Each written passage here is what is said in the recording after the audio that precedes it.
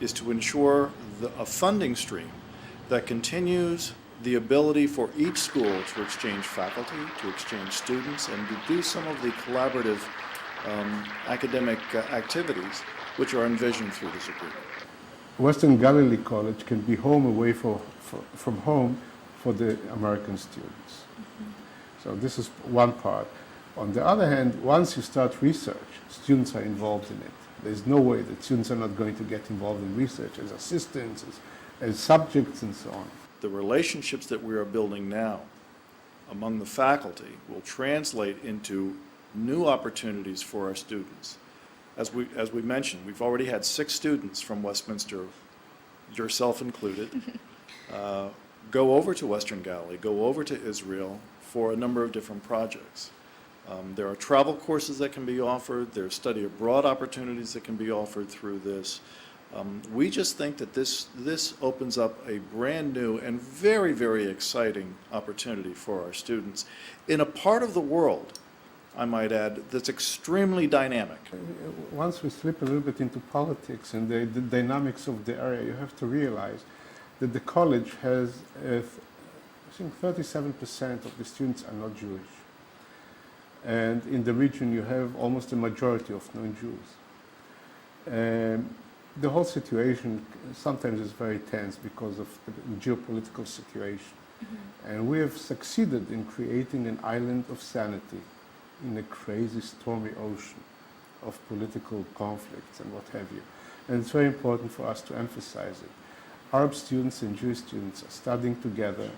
Everybody feels that this is his home and nobody's intimidated. So it's a very conducive environment for learning, and that's what we're trying to create.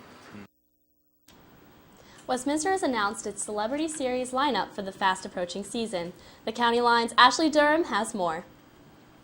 I'm Ashley Durham, standing in front of Orr Auditorium, the home of Westminster College's Celebrity Series. The season includes Debbie Boone, Reflections of Rosemary on October 20th, John Tesh's Big Band Christmas on December 16th, and later in the season we have the Texas Tenors from America's Got Talent for March 24th, and Ricky Nelson Remembered for April 27th. All shows are at 7:30 p.m. in Orr Auditorium. For tickets and information, call Celebrity Series at 724-946-7354. In New Wilmington at Westminster College, I'm Ashley Durham for the County Line. Westminster College hosts a Family Day October 1st. It starts at 9:30 a.m. with coffee with President Dorman. A family barbecue begins at 11, followed by the Titans football game against Washington and Jefferson at 1. Coming up next on the County Line, Adam Carswell updates us on the Titan tennis team. Stay tuned.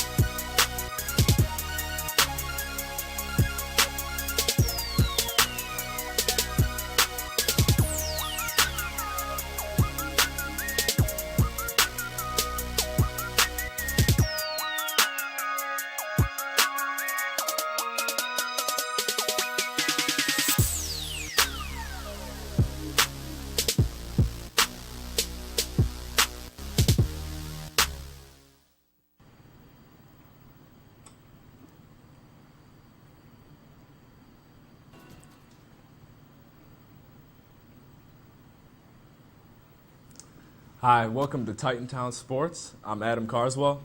Let's get straight to this week's action. There are still plenty of home games left on Wilmington's football schedule this year, including a couple of local grudge matches. The Greyhounds host Grove City on October 7th. Then on October 21st, the Sharon Tigers will prowl into town looking to claw away at Wilmington. Coach Terry Varelli says they must treat these games quite seriously because of the rivalries. He believes that these are the games that make the season much more meaningful for the team because rivalries are the matchups you never forget. You know, that's just the rivalry we've built, you know. I mean, it's a good thing, not a bad thing like it sounds like, but those are the games that you remember, you know, further in life, these kids will and stuff, you know, rather than... Oh, yeah, you know, I mean, it's competitive and it's, you know, nerve-wracking and all that, but, you know, that's the fun. You know, play a team, beat them 40, 50, nothing. You don't remember those, you know? Like what, you remember thinking about that game? Not really, but the Sharon game and you know, we have a rivalry with Grove City. There's nothing they feel better if they can beat Wilmington, you know? And it gives them fire and excitement and, you know, those that keep coming back like that, you end up rivals with, you know. Catch the highlights from the Wilmington Greyhounds regular season on our website, WCN247.com. Again, that's WCN247.com. The changing of the leaves here in Western Pennsylvania means not just high school football, Halloween, or fall festivals. It also means that hunting season, and more specifically archery season, is right around the corner. Lying within Wildlife Management Unit 1A, Lawrence and Mercer counties officially open archery season on October 1st. Additionally, an antlerless-only season will run October 20th through the 22nd, along with an antlerless muzzleloader season beginning the week of October 15th. Visit the PA Game Commission's website for more information on hunting rules and regulations. Well, the Westminster women's tennis team has gotten off to an absolutely amazing start this year. The Titans are undefeated with an 8-0 record and look like very, very strong contenders to win the PAC title. Coach Scott Scooter Renninger is extremely thrilled to see how this season will turn out.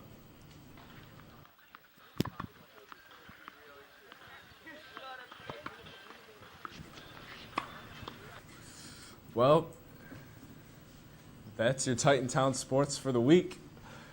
After this, coming up after the break, that is, a feisty yet friendly little feline, Millie the cat.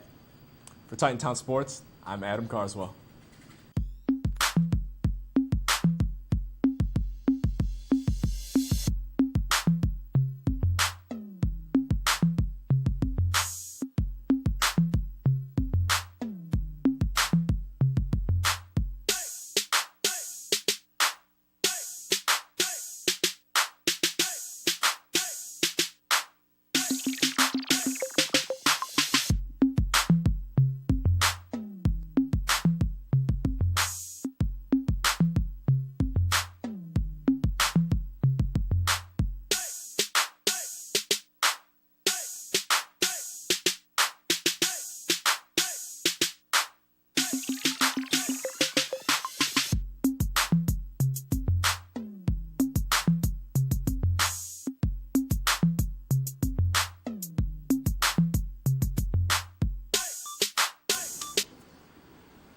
In the small town of Olean is an employee that is anything but ordinary.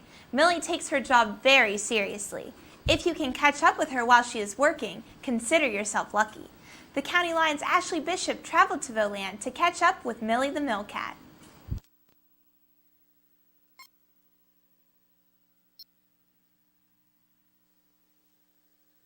The Volant Mill is one of the premier shopping destinations in the small, quiet town of Olean. The old mill has 4 employees, 3 who walk on 2 legs and 1 that walks on 4. Millie the Mill Cat has been employed at the mill for 4 years. We had a hard time catching up with Millie. She loves this town so much she has trouble staying in just one place. It was actually quite a challenge.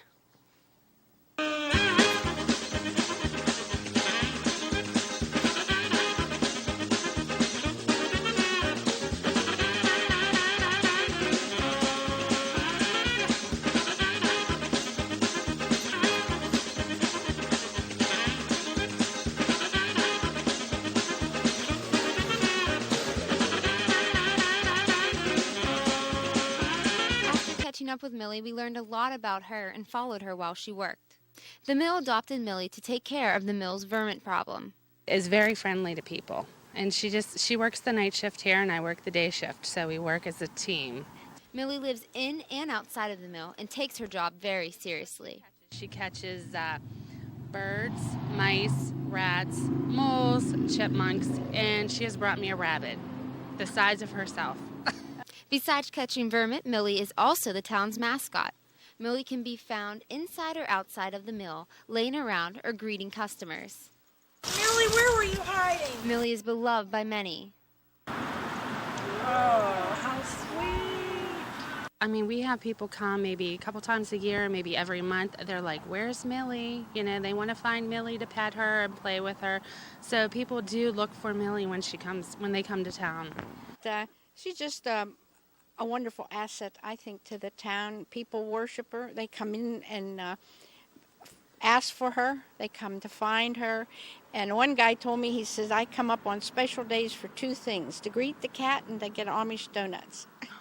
Millie makes working at the mill very enjoyable. Comes up on the counter and she tries to play with our mouse for a computer, and she just has a good time. So the next time you're in Volant, keep your eyes peeled for the fun, fearless, friendly feline.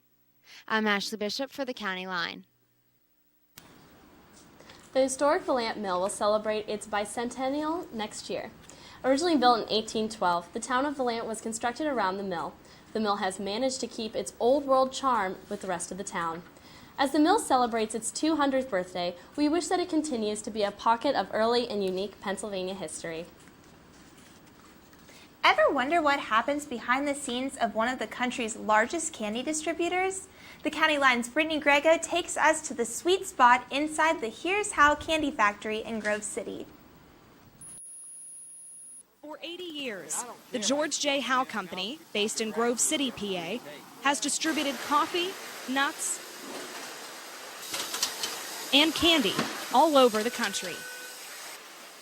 CEO of Here's Howe, Richard Beach, explains how it all began. George J. Howe had a cash and carry grocery store, and in the late 20s, as a little promotion, he gave away a pound of coffee for every $10 worth of groceries purchased. The coffee was so successful that ultimately in 1927 he sold that business and opened up the Howe Company. They introduced candy into the mix around the 1950s, which remains their best seller. The majority of our business today is candy related, both branded and unbranded items that we bring in bulk and then put in smaller packages for resale. We also roast and process nuts, and we're still in the coffee business too. One may find Here's Howe products at a wide variety of places, such as Giant Eagle and hotel chains. The company recently added a new machine to speed up the process. The new technology creates a more productive workplace. Even with the bad economy today, the company remains successful here in Grove City. Now our business has grown so much because we now have products on our route delivery system probably in about 9 states. So we go far beyond Grove City, but Grove City has been very resilient over the years. Quality and service are the basic principles they base themselves upon. We really rely heavily on the service component. So in other words, our people. We want to have a lot of customer contact in the stores so that they know that we care about the products that we deliver and make sure that we're there regularly touching base with customers. The other thing is the quality of products. We buy all of our candy, and so we can source candy that we know meets our standards. In Grove City, I'm Brittany Grego for the County Line. Every week, the County Line goes on the road around Lawrence County looking for fun and interesting activities. This week, we visit the Borland Golf Center facility in New Wilmington. The course features over 3,000 yards of golf from the longest tees for a par of 36. The County Line's David Nicholson and Corey Emanuel tells us more about this golf hub. Hi, I'm David Nicholson. And I'm Corey Emanuel. This week for On the Road, we take you to Borland's Golf Course in New Wilmington, Pennsylvania. We got our suit jackets on and we're ready to go golfing. We started our carts, hit the trail, put on our gloves, and picked out our clubs. It's drum and bass. What you gonna do?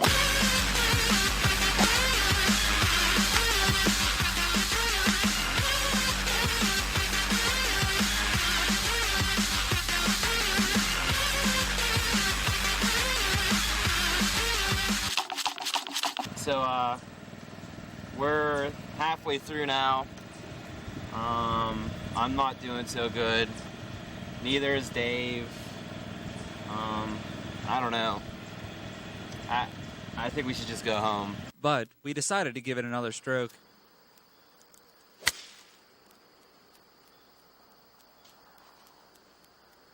Sounds like trees, Dave. All the leaves mess with my vision. Can't even see the ball when I'm hitting it.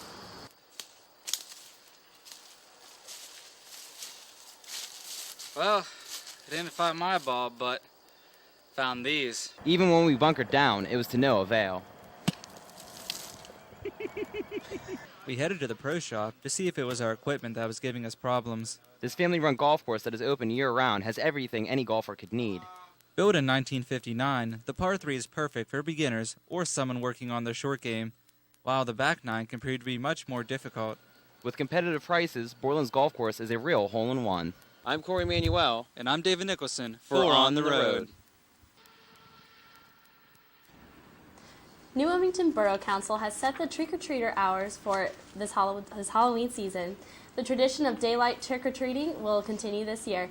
Kids could go door-to-door from 2 to 4 p.m., Saturday, October 9th. That's the news for tonight's edition of the County Line. Be sure to check out WCN247.com for all your local campus and community updates. We'll see you next week for the County Line as well as latest sports action from Titantown Sports. Good night. Good night.